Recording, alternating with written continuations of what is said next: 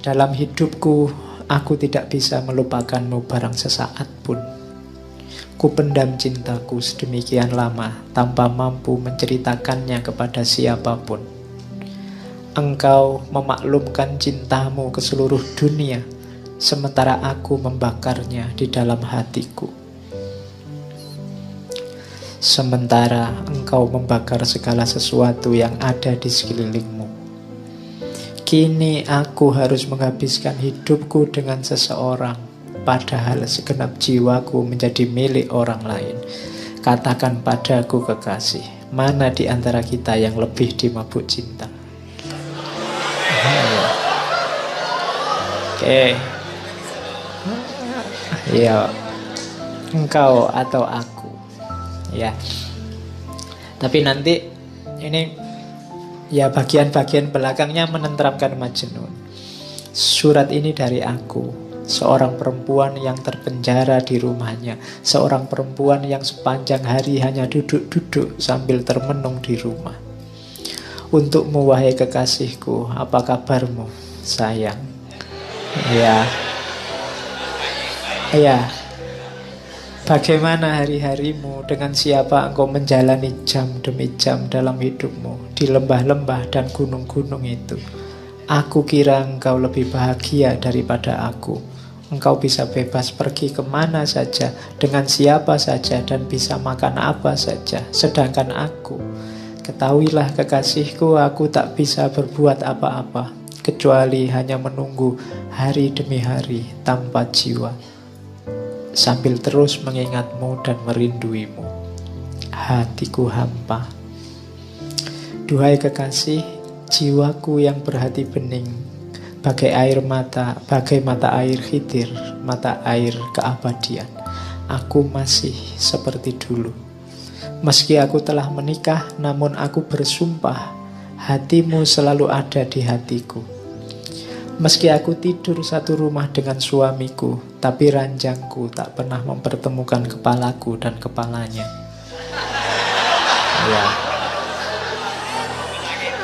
Ya, itu kalimat aslinya la yajma'u ra'si wa ra'suhu firos.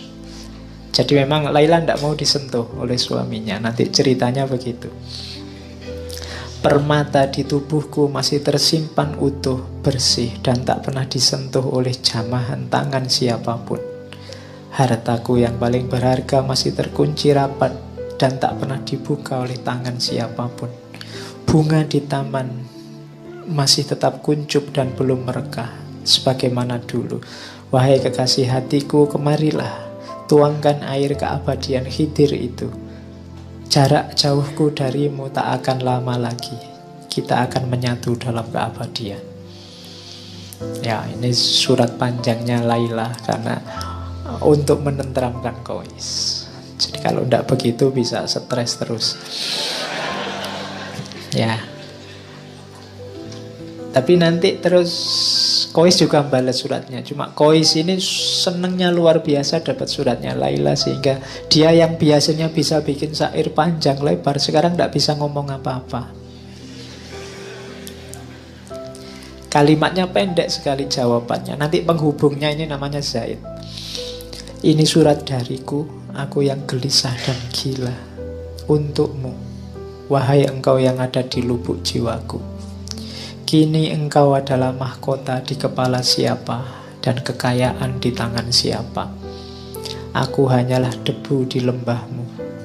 Bila engkau menuangkan untukku air pertemuan, engkau menumbuhkan bunga dan menerbitkan musim semi. Namun bila aku memperolehmu dan tak lagi berpisah jauh darimu, bumi ini tak akan menumbuhkan apapun selain debu. Lihatlah, aku adalah tawanan yang terbelenggu. Jadi ini ketidakberdayaan seorang Qais. Ingin sekali ketemu Laila, tapi sekarang dia tidak percaya lagi dengan dirinya sendiri. Kalau aku bersama Laila, jadi apa Laila? Kalau aku tidak berpisah denganmu, bumi ini tak akan menumbuhkan apapun selain debu. Karena aku sudah seperti ini sekarang, tidak pantas lagi dengan dirimu. Jadi itu juga hiburannya Qais pada Laila. Maka Laila tenang saja, tidak apa-apa. Jadi Itu peristiwa kiamatnya Kois ketika pernikahannya Laila. Yo nanti masih ada cerita, misalnya Kois ketemu, saya bilang tadi Noval. Noval ini ketua suku. Ketua suku yang ingin membela Kois. Dia ngerayu-ngerayu ayahnya Laila, tidak dikasih. Akhirnya sudahlah, perang saja. Jadi di Laila Majnun ada peristiwa peperangan antara kubunya Noval, Syekh Noval dengan sukunya orang tuanya Laila. Sukunya orang tuanya Laila kalah. Cuma waktu perang ini Kois sebenarnya tidak ingin perang.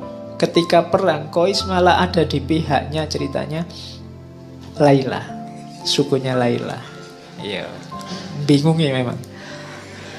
Jadi karena bagi Kois sukunya Laila tadi kan ditanda tanah semua yang berhubungan dengan Laila dia sayangi juga. Jadi Kois ini ceritanya ikut membantu mengobati yang sakit, yang luka, tapi dari kubu Laila. Itu yang membuat Noval bingung. Iya. Ya, terus begitu terakhir ayahnya jadi tawanan, katanya ayahnya, nyawaku, sukuku, putriku, ya karena aku kalah terserah mau kamu apain aja. Permintaanku satu, kalau aku disuruh memberikan, menikahkan anakku dengan Kois, tidak.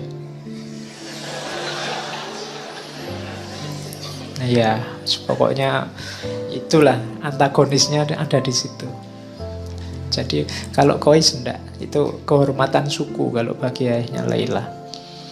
Jadi, mbok ini semua suku kamu jadikan budak, bahkan Laila kamu kawini sendiri, aku kamu bunuh nyawaku, iya, tapi anakku tidak akan kuizinkan dinikahi oleh Kois. Oke, itu di antara ceritanya begitu sampai nanti Laila menikah dan suaminya memang tidak boleh menyentuh Laila sama sekali, sampai saya tidak tahu yang meninggal duluan suaminya Laila. Tidak mungkin dia ngenes juga tidak boleh menyentuh Laila. Karena sudah tua memang suaminya. Jadi sudah tua, kawin sama yang muda, tapi tidak boleh menyentuh.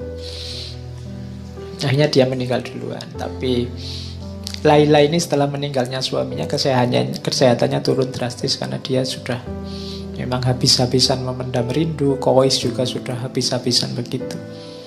Kemudian dia sakit-sakitan, sakit parah. Dan nanti terakhir ada kalimat bagus, kalimatnya Laila pada ibunya, pesannya. Katanya Laila, ibu, lihatlah, cahaya wajahku telah memudar dan menjadi pucat pasi, tak lagi bercahaya.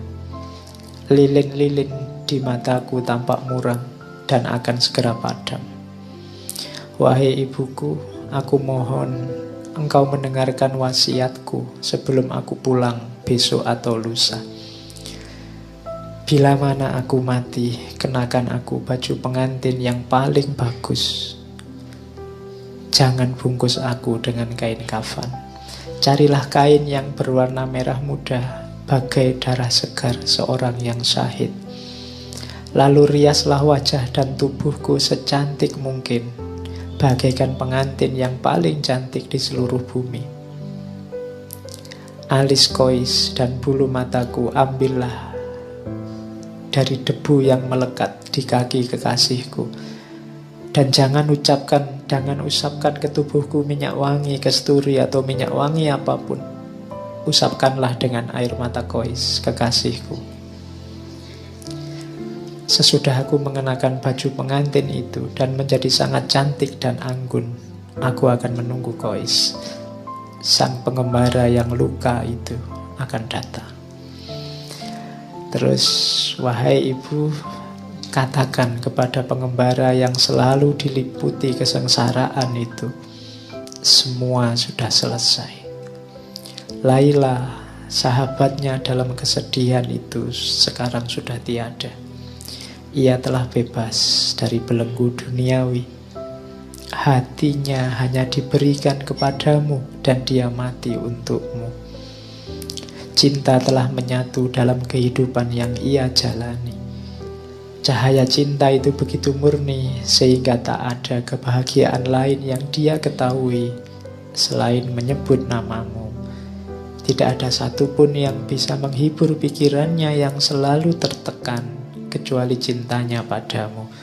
Dan dengan cinta itu, jiwanya yang lembut telah pulang ke alam keabadian. Semua berkahnya hanya untukmu. Ini pesan terakhirnya Laila lewat ibunya. Kemudian Laila meninggal. Bisa dibayangkan bagaimana kondisinya Qais. Dia pingsan berhari-hari.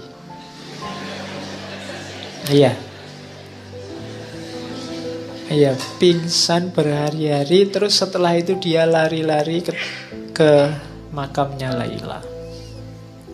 Dan setelah itu dia tidak kemana-mana lagi, hanya ada di makamnya Laila.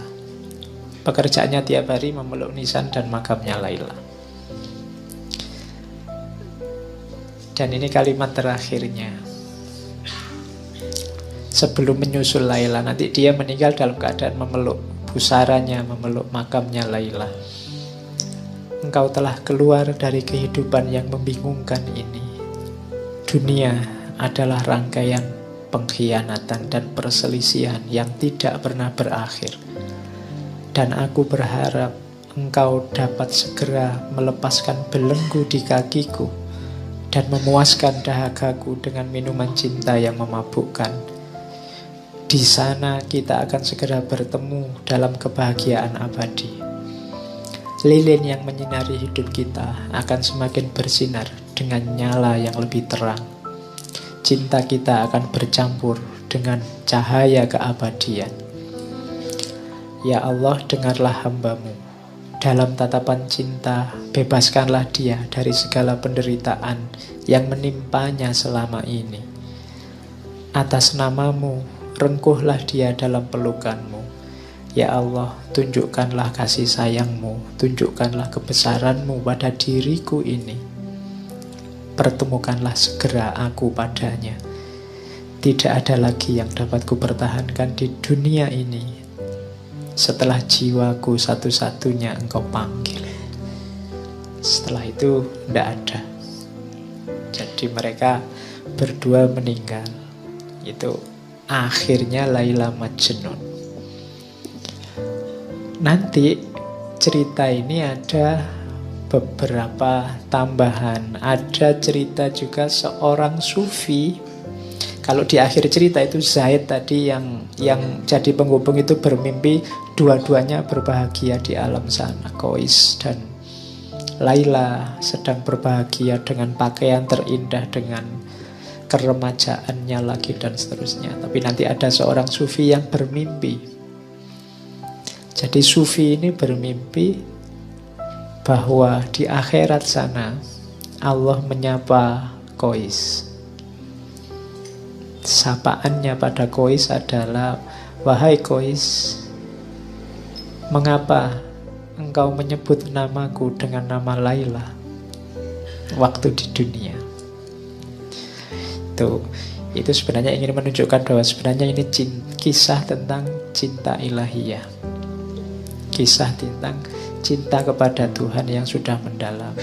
Itu yang membuat para sufi mabuk Allah. Itu yang membuat yang ada di mulut para sufi itu ketika mengalami puncak rasa cinta itu hanya Allah. Oke.